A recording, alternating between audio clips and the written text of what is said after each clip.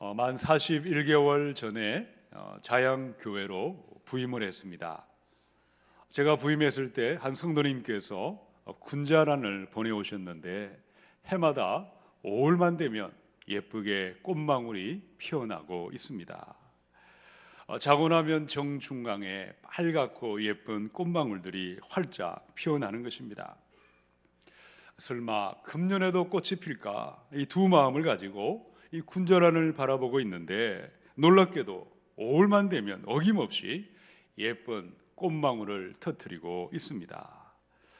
저희 집의 베란다에는 이 군자란만이 아니고 스파트 필름도 있고 개운주, 고무나무, 남천, 꽃기린 여러 다양한 화초들도 함께 물을 주고 키우고 있습니다.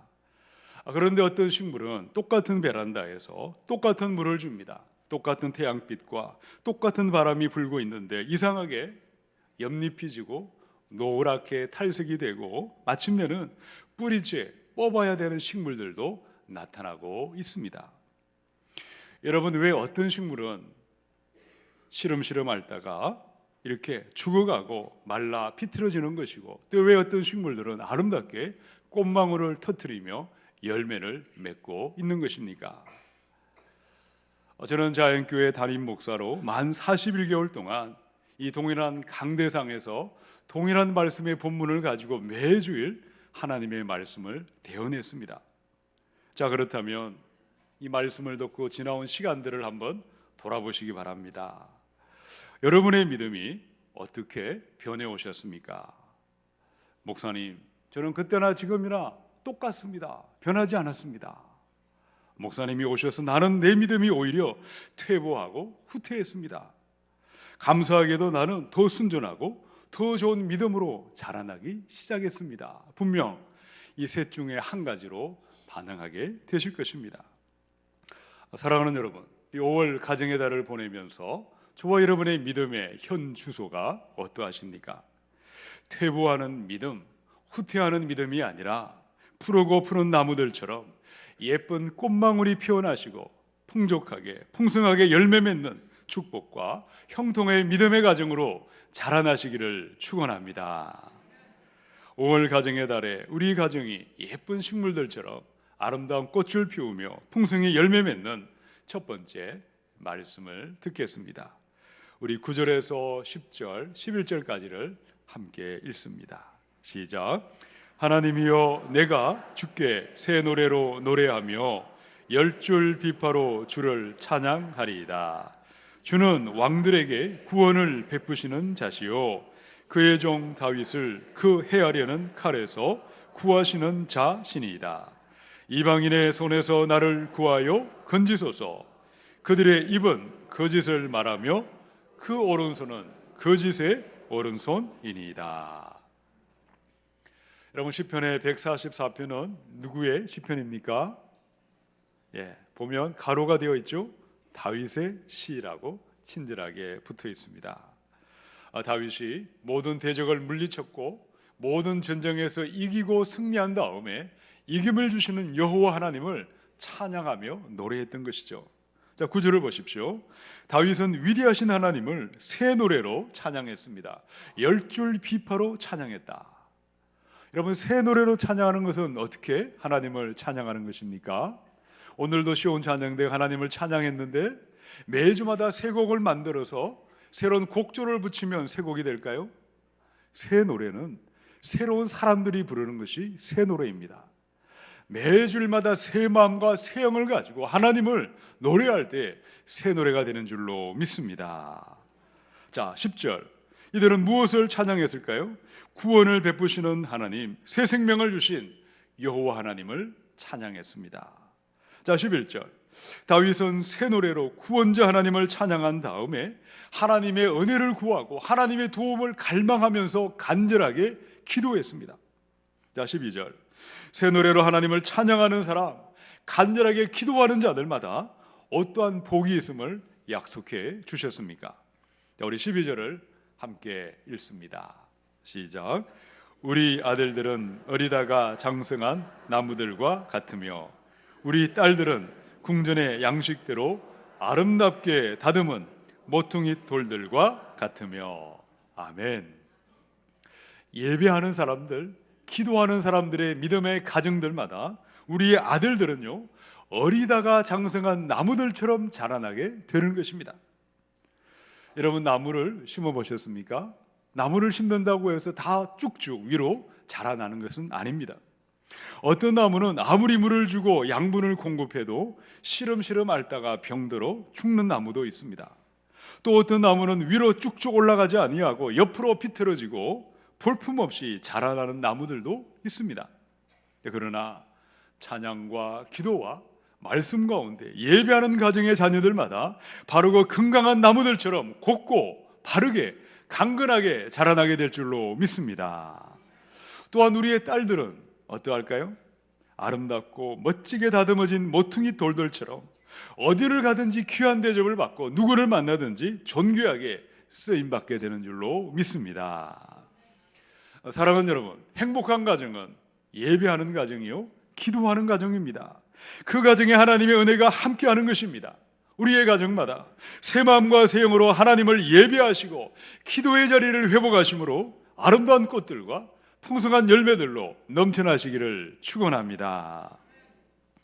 창세기 35장의 2절로 3절입니다. 야곱이 이에 자기 집안 사람과 자기와 함께한 모든 자에게 이르되 너희 중에 있는 이방 신상들을 버리고 자신을 정결하게 하고 너희들의 의복을 바꾸어 입으라. 우리가 일어나 베델로 올라가자. 내 환난 날에 내게 응답하시며 내가 가는 길에서 나와 함께 하신 하나님께 내가 거기서 뭘 합니까? 제단을 쌓으려 하노라. 야곱의 가정은 하나님으로 말미암아 많은 복을 받은 가정이었죠. 12아들이 태어난 많은 자손의 복을 받았습니다. 수많은 가축을 거느렸고 많은 물질과 많은 곡식들이 풍족했습니다. 그러나 집이 생겼고 돈이 생겼고 점점 잘 살게 되니까 점점 어느 순간 믿음을 멀리하게 되었던 것입니다. 야곱은 가난하고 힘든 시절에 하나님만 바라보고 하나님만 붙들고 믿음으로 살려고 발부둥쳤습니다. 그런데 돈이 생겼고 먹을 것이 생기자 어떻게 변해가고 말았습니까? 하나님보다 세상을 사랑했습니다. 기도하는 자리, 예배하는 자리를 점점 멀리하기 시작했던 것입니다. 마침내 그 가정에 무슨 일이 일어나고 말았습니까? 외동딸 디나가 세겜성을 찾아갔다가 하몰의 아들 세겜에게 강간을 당했습니다. 야곱의 아들들은 세겜성의 모든 남자들을 칼을 들고 가서 다 죽이는 피비린내가 일어나고 말았다는 것입니다. 여러분, 야곱의 가정, 엄청난 재앙과 커다란 죽음에 직면했던 가정이 어떻게 다시금 일어나고 회복되고 있는 것입니까? 우리가 일어나 베델로 올라가자. 내가 거기서 하나님께 제단을 쌓으려 하노라. 야곱은 마음을 기경하고 생각을 새롭게 함으로 말미암아 잃어버린 기도의 자리, 예배 자리로 돌아갔을 때 깨어진 가정, 상처 입은 가정이 온전한 믿음의 가정으로 회복이 일어난 줄로 믿습니다. 작년 8월에 개봉된 기독교 영화 중에 워룸이라는 영화를 보셨습니까? 워룸, 전쟁이고 룸은 방이죠. 말 그대로 전쟁하는 방을 말합니다. 무릎을 꿇고 마귀와 영적인 전쟁을 벌이는 기도의 방을 영화로 만들었습니다. 영화를 보시면 제약회사의 영업사원인 남편인 토니가 있고 아내인 클라라는 부동산 중개업자였습니다. 이들의 가정에 어느 날 예기치 못한 가정의 불화가 일어나기 시작했습니다. 영업사원인 토니는 분주한 회사 일로 매일 야근을 하고 외박을 하고 집을 잘 들어오지 않았습니다. 그리고 외간 여인을 찾아 이리저리 방황하기 시작했습니다. 점점 아내를 멀리하면서 외동딸에게 무관심한 남편으로 돌변하고 말았습니다. 이 남편의 문제로 심하게 고통하던 이 여자, 이 클라라가 어느 날 집을 팔려고 내놓은 고객인 할머니를 만나기 위해 그 집을 찾아갑니다. 집을 찾아가니까 할머니가 집안의 여기저기를 보여주면서 우리 집에 가장 귀한 방이 있다. 이 방을 다음 날 찾아오면 당신에게 말해주겠다. 그리고 나서 다음 날 그 집을 찾아갔을 때 할머니는 기도하는 워룸, 이 방을 여인에게 이야기해 주었습니다. 할머니는 기도의 골방에서 치열한 기도를 통해 마귀와 영적인 전쟁을 하며 깨어진 가정들, 이 땅에 무너진 가정을 위하여 기도하고 그 기도의 응답으로 클라라가 이 가정에 방문하게 되었던 것입니다. 할머니를 만난 이 클라라가 자신의 가정을 위하여, 자신의 남편을 위하여 자신의 집안에 기도의 방을 만들고 기도 제목을 붙이고 말씀의 구절을 붙들고 마귀를 대적하기 시작했을 때 바람을 피우던 남편이 주께로 돌아오기 시작했습니다. 남편이 마침내 바른 믿음의 사람으로 회복이 되는, 기도가 회복이 되고 예배가 회복이 될 때 그 가정이 온전한 믿음, 행복한 가정으로 회복이 된 아름다운 열매를 맺는 가정으로 변화되고 있는 것입니다. 사랑하는 성도 여러분, 이 5월 이 가정의 달, 부모된 저와 여러분의 마음이 새 마음과 새 영으로 예배하는 자리, 기도의 자리로 돌아가시기 바랍니다. 그리하여 우리의 가정의 자녀들마다 아름답게 꽃이 피어나고 강건하게 열매를 맺는 축복의 형통의 가문으로 자라가시기를 주님의 이름으로 축원합니다. 우리 아들, 딸들이 건강하게 자라나고 축복의 형통으로 인도하는 두 번째 말씀을 보겠습니다. 자, 13절과 14절을 같이 읽습니다. 시작. 우리의 곳간에는 백곡이 가득하며 우리의 양은 들에서 천천과 만만으로 번성하며 우리 수소는 무겁게 실었으며 침노하는 일이나 우리가 나아가 막는 일이 없으며 우리 거리에는 슬피 부러지점이 없을진대. 아멘. 예배하는 가정, 믿음의 가정마다 하나님은 첫 번째 자손의 복이 있음을 약속해 주셨습니다. 우리 아들들은 어리다가 장성한 나무들처럼 강건하게 건강하게 자라나는 것입니다. 우리의 딸들은 궁전에 잘 다듬어진 모퉁이 돌들처럼 어디를 가든 요긴하게 쓰임을 받고 존귀하게 대접을 받게 되는 것입니다. 자, 13절. 이 다윗은 믿음의 가정마다 또 어떤 복이 있음을 노래하고 있습니까? 곡간을 열어보니까 백곡이 가득 차 있습니다. 들판을 쳐다보니까 천천과 만만의 수많은 양떼들이 가득 차 있습니다. 가정에서는 자손의 복을 받습니다. 일터와 사업을 하든 장사를 하든 무슨 일을 하시든 물질의 복과 재물의 복이 차고 넘쳐나는 것입니다. 오늘 이러한 복이 여러분의 가정에 넘쳐나시기를 축원합니다. 자, 그런데 행복한 가정의 복은요, 이것으로 끝이 나는 것이 아니라는 것이죠. 14절을 보십시오. 곡식을 실어 나르는 수소들은 너무도 풍족하게 침을 싣고 나르고 있습니다. 또 어떠했을까요? 아무리 가진 것이 많고 차고 넘쳐나도 도적대가 쳐들어온다든지 전쟁이 일어나면 아무런 소용이 없는 것이죠. 다 빼앗기는 것이고 하루아침에 날아가 버리고 마는 것입니다. 그러므로 참된 복은 어디까지 나아가야 하는 것입니까? 하나님, 나로 말미암아 온 땅의 모든 적을 막아주셔야 하겠습니다. 하나님, 나로 말미암아 이 땅의 심령들마다 평강의 복을 부어주시고 온 땅의 기쁨과 감사와 행복의 강줄기가 차고 넘쳐나도록 나로 복의 복이 되게 하여 주시옵소서. 여러분, 행복한 가정은 어떠한 가정입니까? 내 가정의 자녀의 복과 물질의 복으로 끝나는 것이 아닙니다. 나로 말미암아 내가 만나는 수많은 사람들이 복을 받는 온 땅에 복이 되는 가정, 복의 통로가 되고 복의 근원이 되는 저와 여러분의 가정으로 자라가시기를 축원합니다. 시편의 109편 17절 18절입니다. 우리 자막을 함께 읽어보겠습니다. 시작.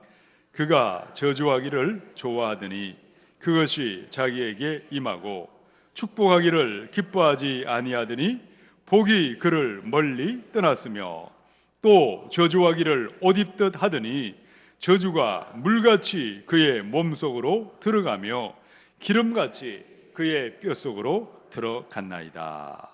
다윗의 시편이죠. 베냐민 지파 기스의 아들 사울은 바로 이스라엘의 위대한 복을 받은 사람이었습니다. 하나님의 엄청난 복을 받아 무명의 청년이 이스라엘의 왕이 되었고 이스라엘의 초대 왕이 사울이었습니다. 사울은 처음에는 하나님 앞에 겸손하고 순전하고 순수했던 청년이었습니다. 그러나 하나님이 복을 부어주시고 은혜를 부어주셨을 때 그의 믿음이 어떻게 변질되어 갔습니까? 처음에는 너무도 겸손하고 너무도 순전했던 사람이었는데 하나님을 멀리하고 마음을 지키지 아니했습니다. 다윗을 시기하고 비난하고 저주하기를 시작했습니다. 온갖 저주를 퍼부었습니다. 여러분 시편의 109편에 보니까 비난하기를 좋아하더니 그 비난이 자기 자신을 찔렀습니다. 욕하고 공격하고 비방하고 저주하기를 좋아하더니 그 저주와 죽음이 결국 자기 자신을 죽음으로 몰아갔던 것입니다. 여러분 진정한 행복은 어디에 있습니까? 나의 행복과 나의 축복으로 끝나는 데 있지 않습니다. 누구를 만나시든지 어떤 사람을 만나시든지 사람을 축복하시고 세상에 복을 비는 모든 사람의 축복이 되는 저와 여러분이 되어야 하겠습니다. 만약 우리가 여전히 비난하기를 좋아하고 욕하고 저주하기를 좋아하면 결국은 저주는 자기 자신에게 돌아오게 되어 있습니다. 그러나 다윗을 기억하시기 바랍니다. 수많은 믿음의 사람들을 기억해 보시기 바랍니다. 누구를 만나시든지 상대방을 축복하는 것입니다. 나를 욕하는 사람, 공격하는 사람, 저주하는 사람, 아무리 힘든 사람을 만난다 할지라도 오히려 복을 빌고 축복해 주시기 바랍니다. 반드시 그 복은 후이되어 누르고 흔들어 넘치도록 하여 저와 여러분에게 안겨주게 될 줄로 믿습니다. 잠언의 11장 24절 25절입니다. 헛터 구제하여도 더욱 부하게 되는 일이 있나니 과도히 아껴도 가난하게 될 뿐이니라. 구제를 좋아하는 자는 풍족하여질 것이요 남을 윤택하게 하는 자는 자기도 어떻게 됩니까? 윤택하여 지리라. 아멘. 약 100년 전에 미국의 필라델피아에서 벽돌을 만들며 고되게 하루하루 살고 있던 10대 소년이 있었습니다. 이 소년은 벽돌공으로 일하면서 주일만 되면 교회를 찾아 하나님께 예배하며 살았습니다. 한 가지 문제가 있었는데 소년은 교회 올 때마다 마음에 걸리는 것이 그 마음에 떠나지 않았습니다.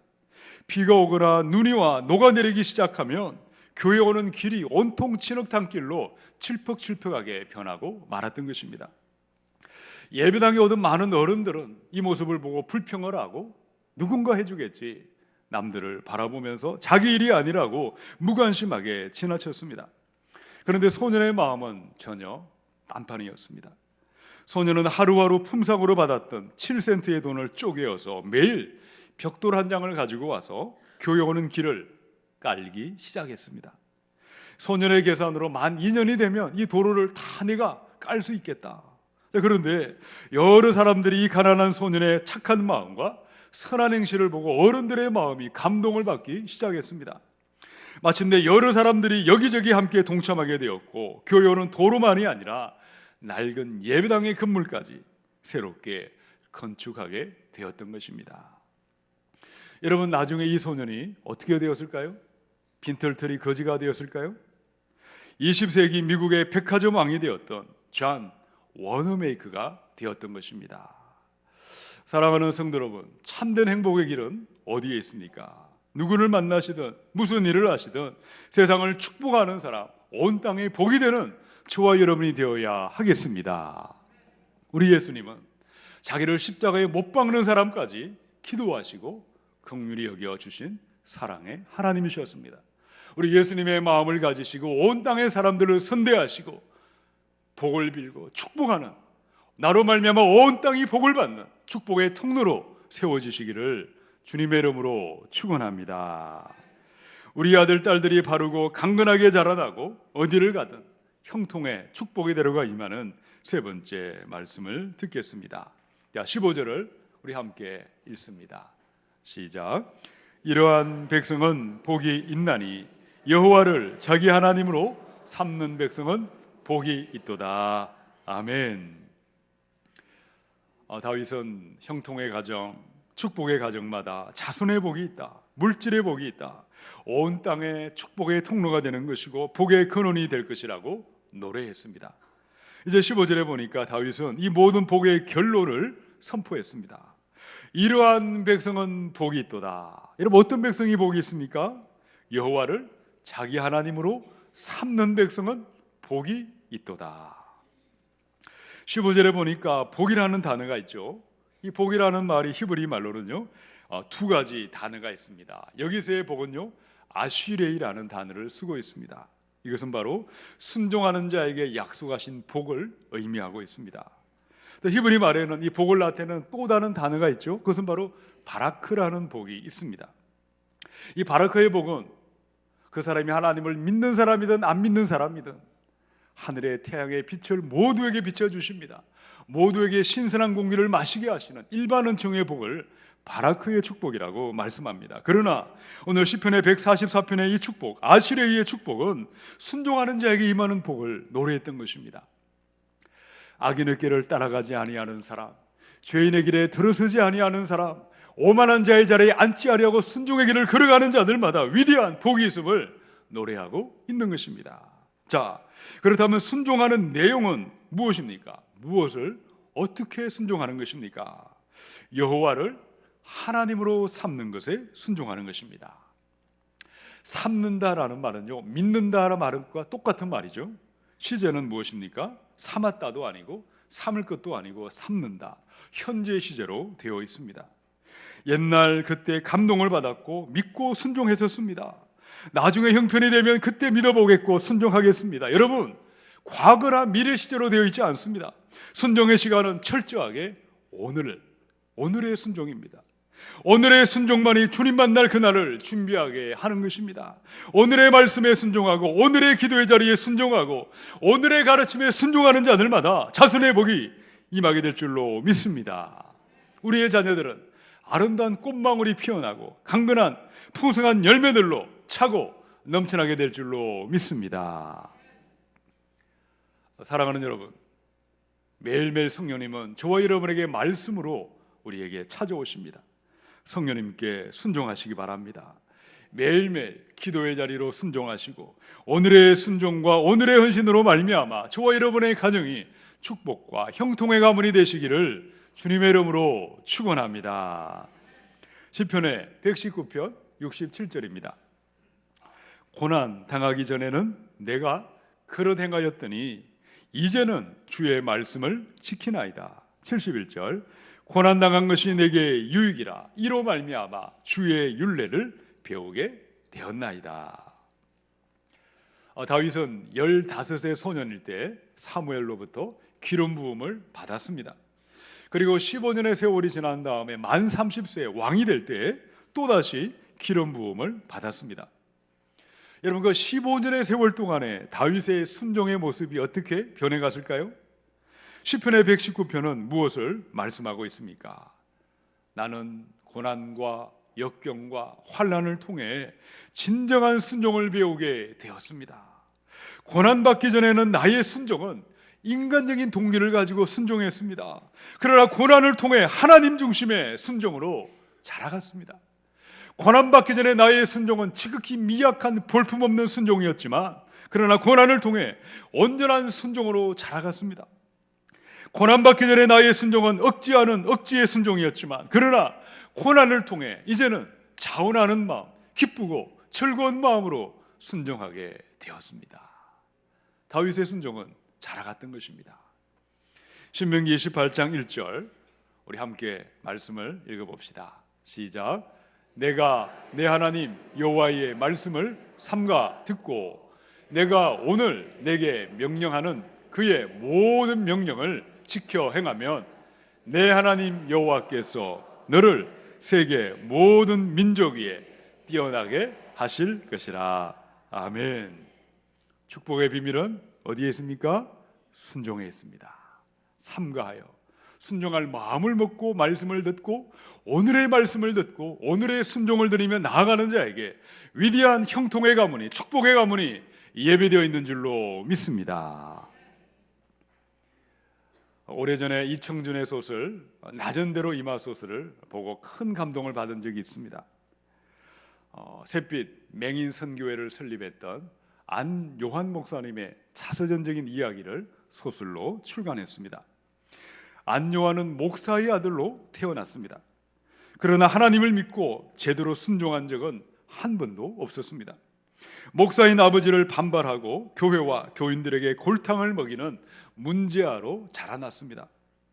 그럼에도 그가 대학을 졸업하고 직장에 취직을 하고 결혼해서 가정을 이루기까지 하는 일마다 승승장구했습니다. 미 8군의 카츄샤로 근무하면서 통역병이 되었고 나중에는 미 본토의 군사학교의 교관으로 선발이 되는 큰 은혜가 이 사람의 가정에 임했습니다. 예쁘고 착한 여자를 만나 결혼함으로 그 앞에는 장밋빛 미래가 펼쳐져 있었습니다. 그러나 세상의 행복은 여기까지가 끝이었습니다. 갑자기 어느 날 오른쪽의 두 눈이 점점 시력을 잃어버리기 시작했습니다. 나중에는요, 왼쪽도 잃어버리게 되고 모든 병원을 다 다녀보았습니다.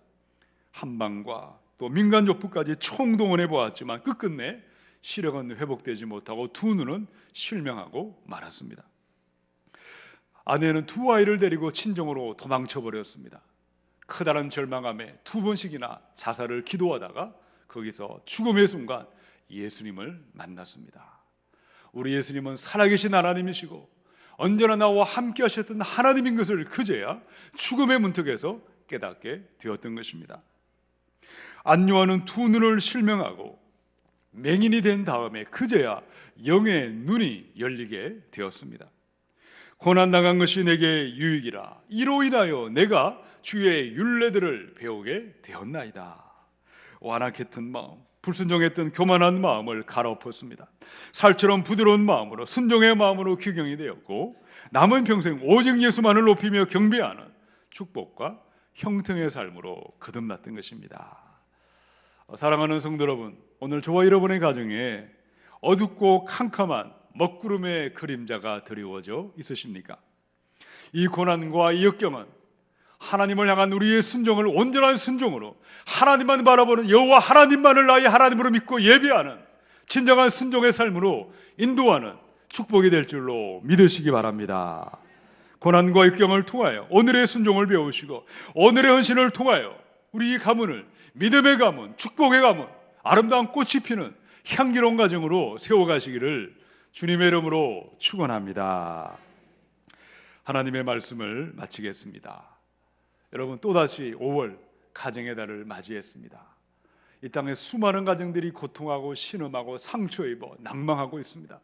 저와 여러분의 가정이 회복됨으로 말미암아 이 땅에 수많은 가정에 희망이 되고 소망이 되며 그들의 가정들마다 하나님의 영으로 충만한, 성령 충만한 예수 가정으로 함께 세워가시기를 축원합니다. 행복한 가정은 첫 번째, 예배하는 가정이고 기도하는 가정입니다. 날마다 새 마음과 새 영으로 기도의 자리, 예배의 자리로 나아가시기 바랍니다. 두 번째 행복한 가정은요, 자손의 복과 물질의 복이 내 가정의 것으로 끝나는 것이 아니라 나로 말미암아 이 땅에 고통하는 수많은 사람들에게 복이 되는 복의 통로가 되고 복의 근원으로 자라가는 것입니다. 세 번째, 하나님의 말씀에 순종하시는 오늘의 순종과 오늘의 헌신으로 말미암아 우리 가정을 행복한 축복의 가문으로 만들어 가시기를 주님의 이름으로 축원합니다.